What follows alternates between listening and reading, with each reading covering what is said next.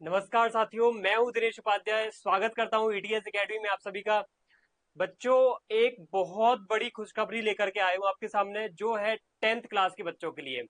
क्या है खुशखबरी, क्या है इंफॉर्मेशन? ये है कि अब 10वीं के बच्चों को बोर्ड का एग्जाम सिर्फ एक बार नहीं, 2 बार देने को मिलेगा। कैसे 2 बार मिलेगा देखने को आप यहाँ पे इस क्लास के माध्यम से समझ सकते हो। सबसे पहले हम देखते हैं कि क्या है इंफॉर्मेशन, क्या न्यूज आई है सीबीएसई की तरफ से। समझते हैं इसको। सीबीएसई ने अभी हाल में लास्ट मंथ, पिछले मंथ यानी जून के महीने में, ये वीडियो जुलाई का है, 2025 का है, जून महीने 2025 में एक बहुत इंपॉर्टेंट नोटिफिकेशन जारी किया है, जिसमें क्लास 10th के बच्चों के लिए एक बहुत महत्वपूर्ण सूचना जारी की गई है। क्या है वो सूचना क्लास 10th के बच्चों के लिए? वो ये है कि वो बच्चा अब क्या कर सकता है, अपने 10th के एग्जाम्स 2 बार दे सकता है। जैसे कि आप हिंदुस्तान टाइम्स की एक रिपोर्ट या एक न्यूज पढ़ सकते हो कि सीबीएसई जो है वो क्या कर रहा है, चेंजेस कर रहा है क्लास 10th के स्टूडेंट्स के लिए। After CBSE major shift to two board exams from 2026 एक ईयर होगा, एक क्लास होगी, लेकिन एग्जाम ट्वाइस होंगे। समझ में आई बात? आपको 2 बार एग्जाम देने को मिलेगा। आप देख सकते हो यहाँ पे द हिंदू का भी आर्टिकल आप देख सकते हो बच्चों, कि द हिंदू ने भी अपनी एक न्यूज छापी है जो कि जून महीने की है। देखो आप देख सकते हो, CBSE class 10th students to get option of 2 exams, उनको 2 बार बोर्ड एग्जाम देने को मिलेगा। कैसे मिलेगा, पूरी इंफॉर्मेशन बताता हूं आपको। देखो, सबसे पहले क्या होगा, आपको ये समझना पड़ेगा कि अंडरस्टैंड करना पड़ेगा कि आप जो हो ना बच्चे, जो 2025 में अगर 10th क्लास में, तो उनको इस व्यवस्था का, इस सिस्टम का बेनिफिट नहीं मिलेगा। देखो, अभी जो 9th क्लास में बच्चे हैं, जो 9th अभी कर रहे हैं 2025 में जुलाई सेशन में, और जो अपने अगले साल 2026 में मार्च अप्रैल में अपना 9th कंप्लीट कर लेंगे, उनको इसका फायदा मिलेगा। कैसे मिलेगा? जब वो जुलाई 2026 में, जब वो जुलाई 2026 में, जुलाई के महीने 2026 में एडमिशन लेंगे 10th क्लास बोर्ड में, बोर्ड एग्जाम्स का जो एक 10th क्लास माना जाता है, उसमें जब वो एडमिशन लेंगे तो उनको इसका बेनिफिट मिलेगा। कैसे मिलेगा, इसकी इंफॉर्मेशन समझते हैं। द बिग अनाउंसमेंट के अंतर्गत, कि बिग अनाउंसमेंट क्या है, वो किस तरीके से वर्क करेगा, फटाफट समझते हैं इसको।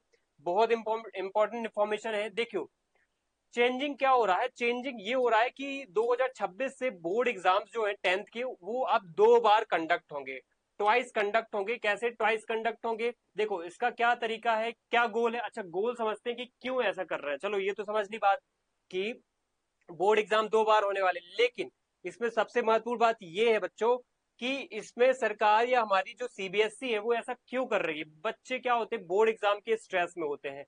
जैसे 9th का बच्चा अगर 10th में जा रहा है तो वो स्ट्रेस में होता है कि देखो ये बोर्ड का एग्जाम है, आसपास का माहौल भी वैसा बन जाता है, माता पिता, पेरेंट्स और टीचर, स्कूल का जो माहौल है, कोचिंग का माहौल है, पूरा बोर्ड वाला बन जाता है कि बोर्ड एग्जाम है, बोर्ड एग्जाम है, आपको बहुत मेहनत करनी पड़ेगी। तो ऐसे में बच्चा थोड़ा सा स्ट्रेस ले लेता है। उस स्ट्रेस को कम करने के लिए, एग्जाम को और प्रेशर से कम करने के लिए और उसको इजी बनाने के लिए क्या किया गया है, प्रोवाइड किया गया फ्लेक्सिबिलिटी। और इम्प्रूव कर सकता है वो बच्चा इन केस बच्चे को अगर एक प्रेशर आ चुका है कि अगर वो बोर्ड एग्जाम में अच्छा परफॉर्म नहीं कर पाएगा तो फिर क्या, फिर से दोबारा 10th करना पड़ेगा, दोबारा एक साल देना पड़ेगा। अब ऐसा नहीं है। सीबीएसई ये कर रहा है बच्चों कि आप एक बार अगर एग्जाम दे चुके हो बोर्ड का, अगर अच्छे मार्क्स नहीं आए, आपको लग रहा है कि इंप्रूव करना चाहिए, आप और अच्छा कर सकते हो, तो दोबारा दे सकते हो। इन केस अगर आपके मार्क्स उतने भी नहीं आए कि आप फेल हो गए हो, या फिर, तो आपको अगर पास होने लायक मार्क्स चाहिए तो भी आपको दोबारा मौका मिलेगा। ठीक है। अब आप तो बोलोगे कि सर ये तो सप्लीमेंट्री एग्जाम जैसा हो गया, बट सप्लीमेंट्री एग्जाम अगर आपको 2 एग्जाम में आप अगर फेल हुए तो मिलता है, 3 एग्जाम में अगर सप्लीमेंट्री आई होती है तो आपको पता है फेल कर दिया जाता है, दोबारा पूरा साल आपको पढ़ना होता है। बट अब ऐसा नहीं है। सीबीएसई ने कहा है कि अगर 3 से ज्यादा सब्जेक्ट्स में भी आप बहुत कम पासिंग मार्क्स भी नहीं लेके आते हो तो आपको दोबारा दूसरा एग्जाम देने को मिल जाएगा। देखो, समझते हैं क्या है। सबसे पहले इसका की फीचर समझ लो कि better of the two scores will be considered. अगर बच्चा फर्स्ट बार देता है एग्जाम बोर्ड का, मान लो उसके अच्छे नंबर नहीं आते हैं, तो दूसरी बार देगा वो बच्चा, ऑब्वियस सी बात है। तो दूसरी बार में अच्छा स्कोर कर लेगा, तो उसके दूसरी बार वाले जो मार्क्स होंगे वो काउंट होंगे। इन केस क्या पता बच्चे ने पहले वाले एग्जाम में अच्छा कर लिया हो, लेकिन दूसरा वाला जब एग्जाम दिया इंप्रूवमेंट के चक्कर में लेकिन और कम हो गए, ऐसा भी तो हो सकता है। तो फिर तो उसके पुराने वाले एग्जाम के नंबर्स मार्क्स काउंट होंगे, ये अच्छी बात है। यानी जो बेटर परफॉर्मेंस, बेटर जो स्कोर होंगे वो काउंट होंगे, वो कंसिडर यहाँ पे करे जाएंगे। ठीक है बच्चों, अब हम अगली स्लाइड पे चलते हैं। देखो सबसे महत्वपूर्ण बात तो ये है कि सर ये बताओ, जैसे आप लोग पूछोगे सर ये बताओ कि ये एग्जाम कैसे होंगे, मतलब कब होंगे। देखो इसकी इंफॉर्मेशन आप ये समझो कि द न्यू सिस्टम जो है ना वो कैसे काम करेगा। वो काम करेगा, फर्स्ट एग्जाम जो, देखो सबसे पहली बात तो ये है कि जुलाई महीने में आप एडमिशन ले लोगे। मैं पूरी कहानी बताता हूँ आपको। जुलाई महीने में 2026 में आप एडमिशन ले लोगे, किसमें? 10th क्लास बोर्ड में, बोर्ड एग्जाम में 10th में एडमिशन ले लिया। जब आपका फरवरी महीना आएगा नेक्स्ट ईयर, कब आएगा? फरवरी 2027 का, जब आपके एग्जाम बिल्कुल नजदीक आ जाएंगे, तब आपको इसका बेनिफिट मिलेगा। कैसे बेनिफिट मिलेगा? देखो जब फरवरी महीना होगा, फरवरी मार्च का महीना हो, तो आपके बोर्ड एग्जाम शुरू हो जाएंगे। ठीक है, फरवरी मार्च के महीने में आपके बोर्ड एग्जाम शुरू हो जाएंगे, तो फेब में आप पहला एग्जाम दोगे। इसका रिजल्ट कब तक आ जाएगा? इसका रिजल्ट आ जाएगा अप्रैल तक। इन केस आपके मार्क्स अच्छे नहीं आए हैं, तब आपको लगेगा, या फिर आप फेल हो गए हो तब आपको लगेगा कि मेरे मार्क्स अच्छे नहीं आए हैं, या फिर मैं फेल हो गया हूं कुछ सब्जेक्ट्स में, मुझे फिर से एग्जाम देने को मौका मिल जाता तो अच्छा रहता। तो सर गवर्नमेंट ने या सीबीएसई ने यहाँ पे एक और ऑप्शन रखा है, वो है मई महीने में। मई महीने में एक और एग्जाम होगा फिर से दोबारा, जो कि 2027 में होगा। तो इसमें होगा ये कि आप मई महीने में एग्जाम जब दोगे, तो आपको मई महीने में जब एग्जाम दे दोगे तो उसका रिजल्ट आ जाएगा जून महीने में, और उसमें आप अच्छा अपना परफॉर्मेंस कर सकते हो और दे सकते हो, अच्छे मार्क्स आपके आ सकते हैं। ये बहुत अच्छी इंफॉर्मेशन है। ऐसे में क्या होगा, बच्चा एक प्रेशर से कहीं ना कहीं मुक्त होगा, बच्चा प्रेशर में नहीं आएगा, है ना। तो बच्चे को एक अंदर से वो रहेगा क्लियर कि चलो मैं इस बार अच्छा करता हूँ, अगर नहीं हुआ तो मई वाला एग्जाम दे दूंगा फिर से, है ना। चलो मेरा इस बार फरवरी वाला जो एग्जाम है वो अच्छा नहीं है बोर्ड का, मैं मई वाला दे दूंगा, उसमें अच्छा कर लूंगा। तो एक स्ट्रेस वाला माहौल नहीं क्रिएट होगा। कई सारे बच्चे तो ऐसे सिचुएशन में पैनिक मोड में चले जाते हैं, डिप्रेशन में चले जाते हैं, बोर्ड एग्जाम है, बोर्ड एग्जाम है, अगर अच्छे मार्क्स नहीं आए तो फिर वो साइंस स्ट्रीम नहीं ले पाएंगे, या फिर ऐसी कई सारी बातें होती हैं। पेरेंट्स का भी दबाव होता है, स्कूल कॉलेज टीचर्स का भी दबाव होता है, कोचिंग्स का भी दबाव होता है, कोचिंग्स भी प्रेशर बनाती है बच्चों के लिए, बच्चों के ऊपर। तो ऐसी सिचुएशन में बच्चा क्या है यहाँ पे डील कर सकता है। ठीक है, आप यहाँ पे इंफॉर्मेशन देख सकते हो कि यहाँ पे आप, अच्छा एक और इंफॉर्मेशन बिग अनाउंसमेंट के अंतर्गत ये आपको जानना जरूरी हो जाता है कि जो फर्स्ट फेज है, अच्छा बच्चा यहाँ पे ये भी स्मार्टनेस, कुछ बच्चे ऐसे स्मार्ट होंगे, सोच रहे होंगे अभी कि सर मैं ऐसा कर सकता हूँ क्या, फर्स्ट वाला रहने दूं, सीधा सेकंड वाला दे दूं। नहीं, ऐसा नहीं हो सकता है, आपको फर्स्ट वाला देना ही पड़ेगा। जो आपका जो फरवरी महीने में सेशन वाला, एक फरवरी सेशन का या फिर कह सकते हैं फरवरी महीने का जो एग्जाम होगा, फर्स्ट फेज का एग्जाम होगा, वो कंपलसरी है, बच्चों को देना ही पड़ेगा। सभी 10th क्लास के student must appear for this exam. But अगर वो अच्छा इसमें नहीं कर पाए, उनको लगता है कि इसमें अच्छे नहीं कर पाए, तो फिर उनको ऑप्शनल के रूप में सेकंड फेज दिया गया। ऑप्शनल मतलब आप चाहो तो दे सकते हो, अगर आपको लग रहा है कि मेरे फर्स्ट फेज में ही अच्छे नंबर आ चुके हैं, मुझे नहीं देना, तो कोई इशू नहीं, आप सेकंड ये फेज में एग्जाम मत दो। लेकिन लगता है कि इंप्रूव कर सकते हो तो बिल्कुल दे सकते हो। ये एक अपॉर्चुनिटी है, ये कंपलसरी एग्जाम है, ये अपॉर्चुनिटी के रूप में ऑप्शनल है। और इसमें एक और बात यहाँ पे है कि ये मैंडेटरी बिल्कुल भी नहीं है। If a student is satisfied with their first attempt, उसको फिर क्या है यहाँ पे दोबारा एग्जाम नहीं देना पड़ेगा। इसमें सिलेबस का भी अगर एक कोई किसी को डाउट आ रहा हो तो वो भी समझ लो। फर्स्ट फेज के एग्जाम जो फरवरी महीने में होगा, और जो सेकंड फेज का एग्जाम जो कि मई महीने में होगा, दोनों का सिलेबस पैटर्न एक जैसा होगा, ब्लूप्रिंट एक जैसा होगा, कोई डिफरेंसेस यहाँ पे नहीं देखने को मिलेंगे। ठीक है बच्चों, अब एक और बात यहाँ पे ये आती है कि सर ये तो बताओ कि जो रिजल्ट है उसका कैसे, मतलब काउंट डाउन कैसे काउंट किया जाएगा, कौन सा रिजल्ट इंपॉर्टेंट माना जाएगा, कौन सा रिजल्ट निग्लेक्ट किया जाएगा, इग्नोर किया जाएगा। तो देखो भाई, यहाँ पे बेस्ट परफॉर्मेंस किस में की है आपने, बेस्ट परफॉर्मेंस यानी कि जिसमें आपने बेस्ट परफॉर्मेंस दी है, वो ऑटोमेटिक सीबीएसई अपनी मार्कशीट में क्या करेगा, इंसर्ट करेगा। आपके फर्स्ट पेज में अच्छे नंबर आए हैं, आपका वो माना जाएगा। सेकंड में आपने और कम मार्क्स प्राप्त किए हैं तो वो काउंट नहीं होगा। अगर फर्स्ट में कम थे, सेकंड में अच्छे हैं, तो वो सेकंड वाले काउंट होंगे, वो मार्कशीट में आपके नंबर लिखे हुए आएंगे।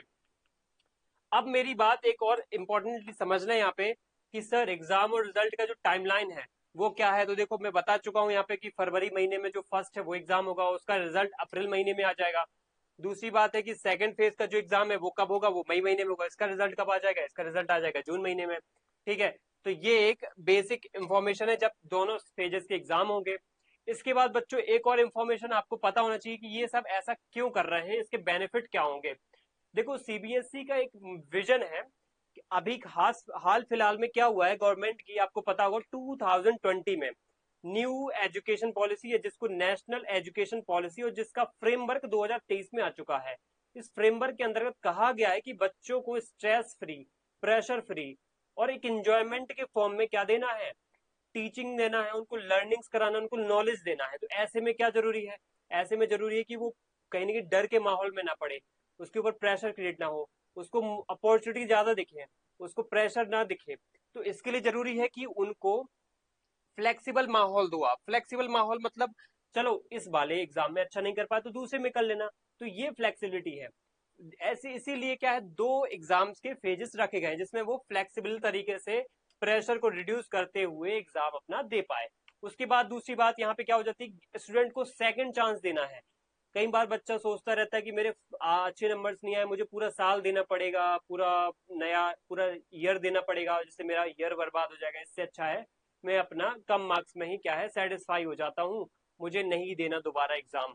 तो ऐसे में बच्चा एक तो कम मार्क्स से नाखुश भी है, और वो अब क्या है अपना खींच रहा है, 11th में खींच रहा है धीरे धीरे, और 12th में वो इसमें उसका करियर भी कहीं ना कहीं बिगड़ जाता है। कहीं ना कहीं जैसे बच्चा अगर साइंस में जाना चाहता था बट उसके साइंस में ही कम नंबर आ गए, मैथ्स में कम नंबर आ गए 10th में, तो वो साइंस इस डर की वजह से भी नहीं ले पाता। क्या पता वो सेकंड फेज में अच्छा कर ले, तो क्या पता उसका जो डर है ये खत्म हो जाए साइंस मैथ से, वो 11th में 12th में साइंस ग्रैब कर ले, चूज कर ले स्ट्रीम को। यहाँ पे फोकस ऑफ ऑन इम्प्रूवमेंट, देखो ये बहुत बड़ी बात है न्यू एजुकेशन पॉलिसी की, कि इम्प्रूवमेंट को पहली प्रायोरिटी दी गई है, कि हमें बच्चे को डराना नहीं है, बच्चे में एक ऐसी आदत पैदा करनी है, एक ऐसी आदत को जन्म देना है जिससे बच्चा इम्प्रूवमेंट की तरफ बढ़े। बच्चा ना कि वहां पे इस दलदल में और चला जाए कि और अब तो मुझसे कुछ नहीं होने वाला, इम्प्रूवमेंट तो मैं कर ही नहीं सकता, कोई ऑप्शन नहीं। तो इम्प्रूवमेंट की कई सारे ऑप्शंस देखिए उनको। बच्चा कब अच्छे से पढ़ पाता है, जब उसको लगता है कि मैं इसमें अच्छा नहीं कर पाया तो दोबारा मुझे मौका मिलेगा, मैं उसमें अच्छा कर लूंगा, ठीक है। तो ये एक बहुत बेसिक यहाँ पे फैसिलिटी है या फिर फीचर बेनिफिट है। इनकरेजेस कंसिस्टेंट लर्निंग, बच्चा कंसिस्टेंट लर्निंग करता रहेगा, ये उसमें एक आदत डेवलप हो जाएगी।